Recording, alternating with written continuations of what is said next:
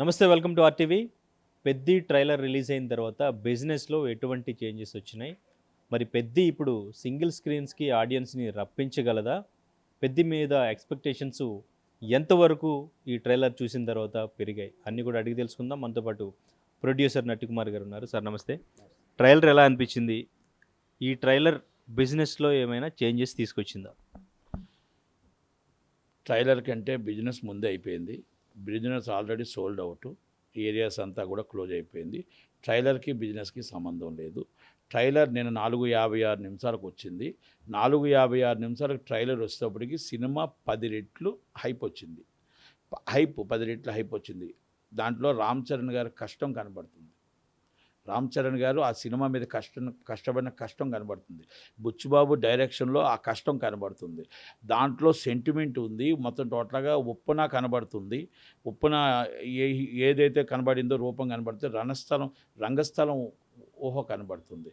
ఇది ఏది మీరు ఎన్ని చూసుకున్నా సబ్జెక్ట్ ఎత్తుకోవడమే సబ్జెక్ట్, ఎక్స్ట్రాడినరీ సబ్జెక్ట్. సబ్జెక్ట్ అది అంటే అది అందరూ కూడా ఆ ట్రాకులు చేయలేరు, ఆ సబ్జెక్ట్ని ట్రాకులు చేయలేరు. అలా దాంట్లో మీకు ట్రైలర్లో చాలామంది కొంతమంది అంటే యాంటీ ఉంటారు కదా.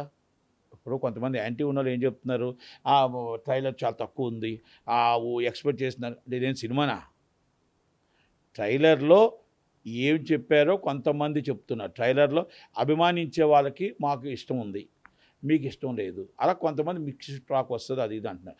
ఇది మొత్తం టోటల్గా రంగస్థలం మీద 10 రెట్లు హిట్ అవుతుంది. నెంబర్ 1. రెండోది అంటే నేను ఆ రోజు ఫస్ట్ నుంచి నేను 6 నెలల నుంచి చెప్పుకొస్తాను. ఈరోజు ఏం కొత్తగా చెప్పట్లే మీకు. మళ్ళీ ట్రైలర్ రిలీజ్ అయిన తర్వాత కూడా చెప్తున్నా, ప్రతి క్యారెక్టరు నా భూతం నా భవిష్యత్తు, ప్రతి సీను నా భూతం నా భవిష్యత్తు. అంటే రామ్ చరణ్ కష్టం కనబడుతుంది ఇక్కడ. అందుకనే రామ్ చరణ్ గారు ఆ కష్టం కోసమైనా సరే ఆయన సుఖపడి సింపుల్గా వచ్చి కార్వెన్లో కూర్చొని యాక్ట్ చేయలే. మామూలుగా చెట్టు కింద కూర్చొని కుర్చీ మీద వేసుకొని బూడిద వస్తూ ఉంటే మొత్తం టోటల్గా మట్టి వస్తూ ఉంటే ఆ మట్టి అంతా ఆగరించైనా సరే ఒక కసితో సినిమా చేసిన వ్యక్తే రామ్ చరణ్. అంతే తప్ప ఇదేదో మొత్తం టోటల్గా మనం ఒకరోజు షూటింగ్ చేసి 2 రోజులు షూటింగ్ చేసి టిప్ టాప్గా తయారై చేయలేదు షూటింగు. సినిమాకి ఎలా ప్రేమించాలో, సినిమాని ఏ విధంగా చెయ్యాలో డైరెక్టర్ ఏం చెప్పారో, డైరెక్టర్గా అంతకన్నా పర్ఫార్మెన్స్ ఎక్కువ చేసి దాన్ని మొత్తం ఒక కసితో ఎలాగైనా హిట్ కొట్టాలి, అభిమానులకు పెద్ద హిట్ ఇవ్వాలి, రంగస్థలం కంటే పెద్ద హిట్ ఇవ్వాలి అని ఒక ఆలోచనతో చేసిన సినిమానే ఈ సినిమా. బుచ్చిబాబు గారి డైరెక్షన్లో ఈ సినిమాని వస్తుంది కనుక. ఇంకొకటి చాలామంది ఏమంటున్నారు, ఏదో మొత్తం టోటల్గా ట్రైలర్ హైప్ తక్కువ ఉంది, ఇదేదో సినిమా హైప్ తక్కువ ఉన్నట్టు చెప్తున్నారు. ట్రైలర్ అనేది మనం ఒక చిన్న ఎంట్రీ మాత్రమే. ట్రైలర్లో మనం ఇప్పుడు సూపర్ అని ఎక్కడికో తీసుకెళ్లే బదులు ట్రైలర్లో కొంత చూపిస్తారు. ఆ కొంతని మనం డిసైడ్ చేయలేం కదా.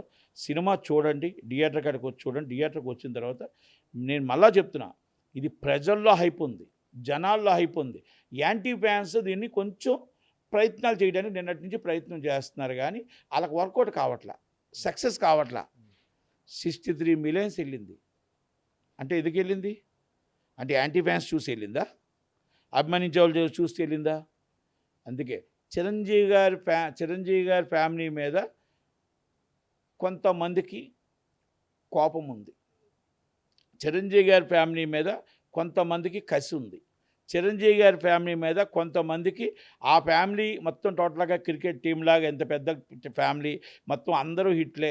తమ్ముడు డిప్యూటీ సీఎం, చిరంజీవి గారు మొత్తం టోటల్ మెగాస్టారు, ఇక్కడ కొడుకు చూస్తే మొత్తం టోటల్ పవర్ స్టారు, ఇంకో మా మేనల్లుడు చూస్తే టాప్ స్టారు. కనుక ఏంటి చిరంజీవి గారిని ఎవరు ఏమీ కొట్టలేరా అన్న ఒక ఫీలింగు కొంతమందికి ఉంది. కొంతమందికి వాళ్ళు ఊహించుకొని ఇలా బతకడమే తప్ప మెగా ఫ్యామిలీ ఎప్పుడు ఆ పైకే ఉంటుంది, అక్కడికే ఉంటుంది, కిందకి తగ్గదు. అది గుర్తుపెట్టుకోవాలి. ఎందుకంటే ప్రతిసారి నేను చెప్తున్నా, మీరు థియేటర్లో ఆపుదామన్నా లేకపోతే థియేటర్ల కోసం గేమ్ ఆడుదామన్నా, అంటే థియేటర్ల విషయంలో మీరు ఇంతకు ముందు కూడా చెప్పారు పెద్దిని టార్గెట్ చేస్తున్నారు అని చెప్పేసి. కానీ మన మీటింగ్ తర్వాత పెద్దిని మనం ముందు రిలీజ్ అవనిద్దాం, పెద్ది రిలీజ్ అయిన తర్వాత అప్పుడు మనం మిగిలిన సంగతి ఆ పర్సంటేజ్ సిస్టమ్ ఏంటనేది తర్వాత మాట్లాడదామని కమిటీని ఏర్పాటు చేసుకున్నారు. పెద్దిని అయితే అసలు టార్గెట్ చేస్తూ మేము ఎవరం కూడా చేయట్లేదని చెప్పేసి మొన్న ప్రొడ్యూసర్స్ కానీ ఎగ్జిబ్యూటర్స్ కానీ అందరూ కూడా మాట్లాడిన పరిస్థితి. సో మరి ఇప్పుడు పెద్దిని నిజంగానే టార్గెట్ చేసినట్టు అంటారా? ఇప్పుడు సింగిల్ స్క్రీన్స్‌కి ఆడియన్స్ వచ్చే ఛాన్స్ ఉందా? ఎందుకంటే ఇప్పుడు అంతా కూడా ఆర్థిక సంక్షోభం రాబోతుంది. అన్నీ కూడా పొదుపు చేసుకోవాలి అన్నట్టుగానే పొలిటీషియన్స్ చెప్పడం, మొన్న మోడీ గారు చెప్పడం. ఇప్పుడు అందరూ కూడా అదే జాగ్రత్త పడుతున్న సిట్యుయేషన్స్‌లో మళ్ళీ ఇప్పుడు టికెట్ రేట్స్ అనేవి కూడా పెంచుతారు అంటున్నారు. మరి ఈ టికెట్ రేట్స్ పెంచడం ఇటువంటి సిట్యుయేషన్స్ జరిగితే ఆడియన్స్ థియేటర్స్‌కి వస్తారా? పెద్ది సినిమా, ఆ సినిమా కోసం వెయిటింగ్ ఉన్నారు జనాలు.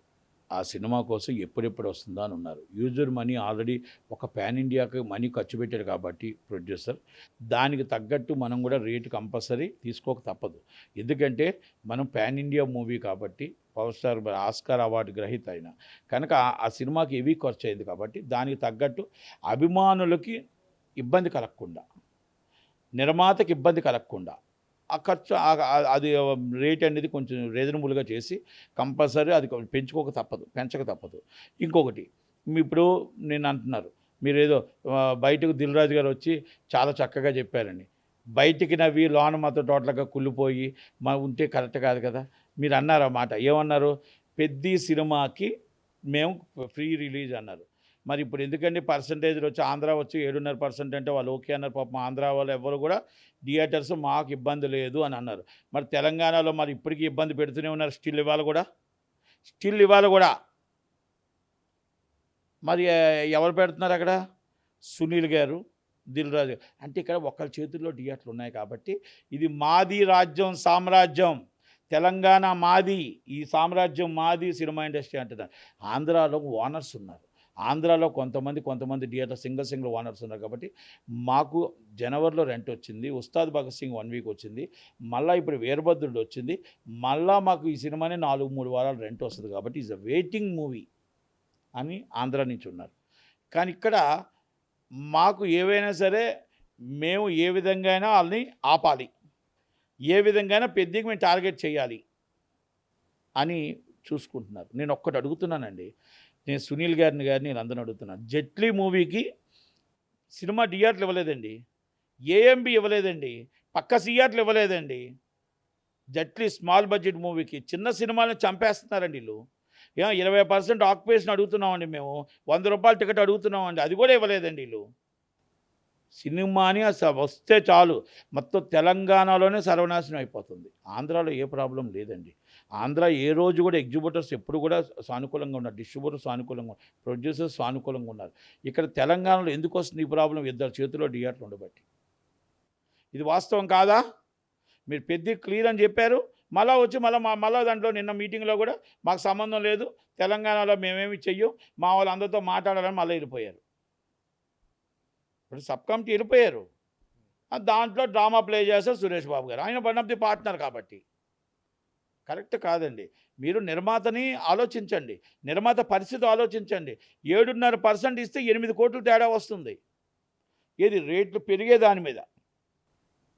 మీరు పర్సంటేజ్ సిస్టంలో జనవరి 30, 2027 మీరు దాని ప్రకారం ఎంత పర్సంటేజ్ ఇవ్వాలి, ఎంత వస్తుంది, అవన్నీ కూడా ఆలోచించి నిర్ణయం తీసుకొని కూర్చొని చేయమని అంటున్నాం. ఇప్పటికీ మేమే పర్సంటేజ్ సిస్టమ్ వద్దని చెప్పట్లే. చేసే ముందు పర్సంటేజ్ సిస్టమ్ చేసే ముందు సబ్ కమిటీ మాకు single show 2.5 show must and shoot ఇవ్వాలి. ఈసారి మాకు 20% ఆక్యుపేషన్ ఇవ్వాలి, 100 రూపాయలు టికెట్ ఉండాలి, 50 రూపాయలు తినుబండారాలు ఉండాలి. చిన్న సినిమా బతకాలి అంటే చిరంజీవి గారి సినిమా, మా సినిమా 2 సినిమాలు 300 రూపాయలు టికెట్ పెడితే ఆడదు. అందుకే మేము 80% మీరు చేసుకోండి, 20% ఆక్యుపేషన్ మాకు ఇవ్వండి. ఆ సీట్లు ఇప్పుడు ఖాళీగానే ఉంటాయి. 20% మీరు కావాలంటే ఐమాక్స్లో చూసుకోండి.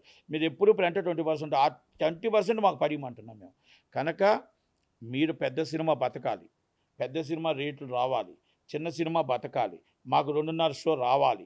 ఇదంతా సబ్ కమిటీ డిసైడ్ చేయాలి. మీరేదో మళ్ళీ ఈసారి మసిబుసి మారడికాయ చేసి 2019 సంవత్సరాల నుంచి పడుతున్న నరకాన్ని విముక్తి చేస్తారా, లేదు ఇప్పుడు కూడా మాకు షాక్ చూపించి మీరు పెద్దలంతా చేసుకొని వెళ్ళిపోతారా అనేది నిర్ణయం మీ మీద వదిలేస్తున్నాం. ఒకవేళ అదే జరిగితే మాత్రం ఏది అమలు జరగదు. ఎట్టి పరిస్థితుల్లో ఛాంబర్లో కూర్చోవలసిందే. మొత్తం చిన్న సినిమా నిర్మాతలందరూ కూర్చుంటాం, అయ్యేదాకా కదిలే ప్రసక్తే లేదు. అయ్యేదాకా కదిలే ప్రసక్తి కూడా లేదు. ఎందుకంటే ఓపిక నశించిపోయింది. వాళ్ళు అంటున్నారు ఎగ్జిబిట్లో మాకు ఓపిక లేదండి అని. మాకుండాలి ఓపిక. ఆ శుక్రవారం నాడు వస్తే పుస్తులతో తాకట్టు పెట్టి చేసి నానా బాధలు పెడుతుంటే సినిమా షో పడకపోతే ఆ డబ్బులు రోజుకు నాశనం అవుతుంది. ఆశాజీవులు. ఆ చిన్న సినిమా హిట్ అవుద్ది అని 10 సినిమాలు వారానికి పోతుంటే బాధపడుతూ ఉంటే వీళ్ళు షో వేయకుండా ఎంజాయ్ చేస్తూ ఉంటే మా డబ్బు పోతూ ఉంటే మాకు ఎంత బాధ అనిపిస్తుందో చిన్న సినిమా నిర్మాతకి మాకు తెలుసు. అందుకే మేము మల్టీప్లెక్స్ అడుగుతున్నాం. మేమేం ఆస్తులు అడగట్లా. 20% ఆక్యుపేషన్ అనేది ఇందిరాగాంధీ గారు ఇచ్చిన హక్కు. మేము హక్కును అడుగుతున్నాం. 50 రూపాయలు తినుబండారాలు పెట్టమంటున్నాం. మీరు 500 రూపాయలు పెడితే అవ్వదు, 50 రూపాయలే తినుబండారాలు పెట్టాలా? అది మేము అడుగుతున్నాం. మీ కనుక మరి దాన్ని మీరు చెయ్యండి. చిన్న సినిమా నేను బతకాలా. ఎగ్జిబిట్లో కూడా మీరు అన్ని సినిమాలు వేయండి. మా సినిమా వేయండి, ఆ సినిమాలు వేయండి. మేము పెద్దవాళ్ళది ఎప్పుడు వ్యతిరేకం కాదు. పెద్దవాళ్ళు ఇప్పుడు ఉన్న ప్రకారం చేసుకోండి. అంతేగాని మీరు వాళ్ళని పెద్దవాళ్ళందరినీ మీరు కూర్చోబెట్టి టార్గెట్ చేయడం కరెక్ట్ కాదు. పెద్ద సినిమా టార్గెట్ చేయడం కరెక్ట్ కాదు. మీరు శాశ్వత పరిష్కారం తీసుకోండి.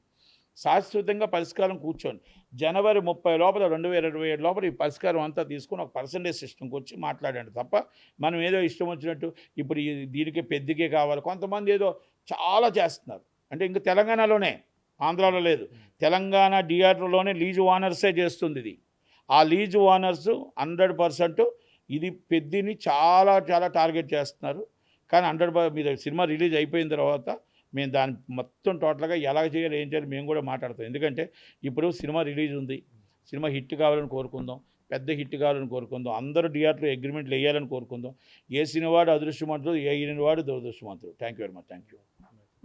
పెద్ద ఇప్పటివరకు అంటే బిజినెస్ ఎంతవరకు అయి ఉండొచ్చు? 350 కోట్లు బడ్జెట్ అంటున్నారు కదా, ఎంతవరకు బిజినెస్ అయి ఉండొచ్చు? ఎంతవరకు కలెక్ట్ చేస్తుందని ఎక్స్పెక్ట్ చేస్తున్నారు? అంటే సినిమా హిట్ అయ్యి కలెక్ట్ చేస్తే ప్రొడ్యూసర్ ప్రాఫిట్ అండి. ఒకవేళ ఇప్పుడు దాకా బిజినెస్ నాకు తెలిసి ఇంకా 20-30 crores డెఫిసిట్లోనే పాపం రిలీజ్ చేస్తున్నాడు ప్రొడ్యూసర్. 20-30 crores అని డెఫిసిట్ అని రిలీజ్డ్. ఆ సినిమా హిట్ అయిన తర్వాత ఆయన ప్రాఫిట్లో ఉంటాడు. కానీ ఇప్పుడు ప్రజెంట్ అయితే డెఫిసిట్ రిలీజ్ 20 or 30 crores అనుకుంటున్నాను నేనైతే. ఎంతవరకు కలెక్ట్ చేయని ఎక్స్పెక్టేషన్స్ ఉన్నాయి? Expectation 500 crores to 1000 crores above expectation. 500 to 1000 crores above expectation. ఇది షేరు, నాట్ ఓన్లీ గ్రాస్. అది గ్రాస్ 1000 కోట్లు చేస్తే మాకు వచ్చే షేర్ 500 కోట్లే ఉంటుంది. చాలామంది అర్థం అవుతుంది. 1000 కోట్లు 1800 కోట్లు చేసింది 1800 పుష్ప అన్నారు. 750 కోట్లే వచ్చిన షేరు. అది అందుకనే చాలామందికి తెలియదు. రెంటలు తీయాలి, దాంట్లో ట్యాక్స్ తీయాలి, అన్నీ తీసేస్తే ఏముండదు ప్రొడ్యూసర్కి.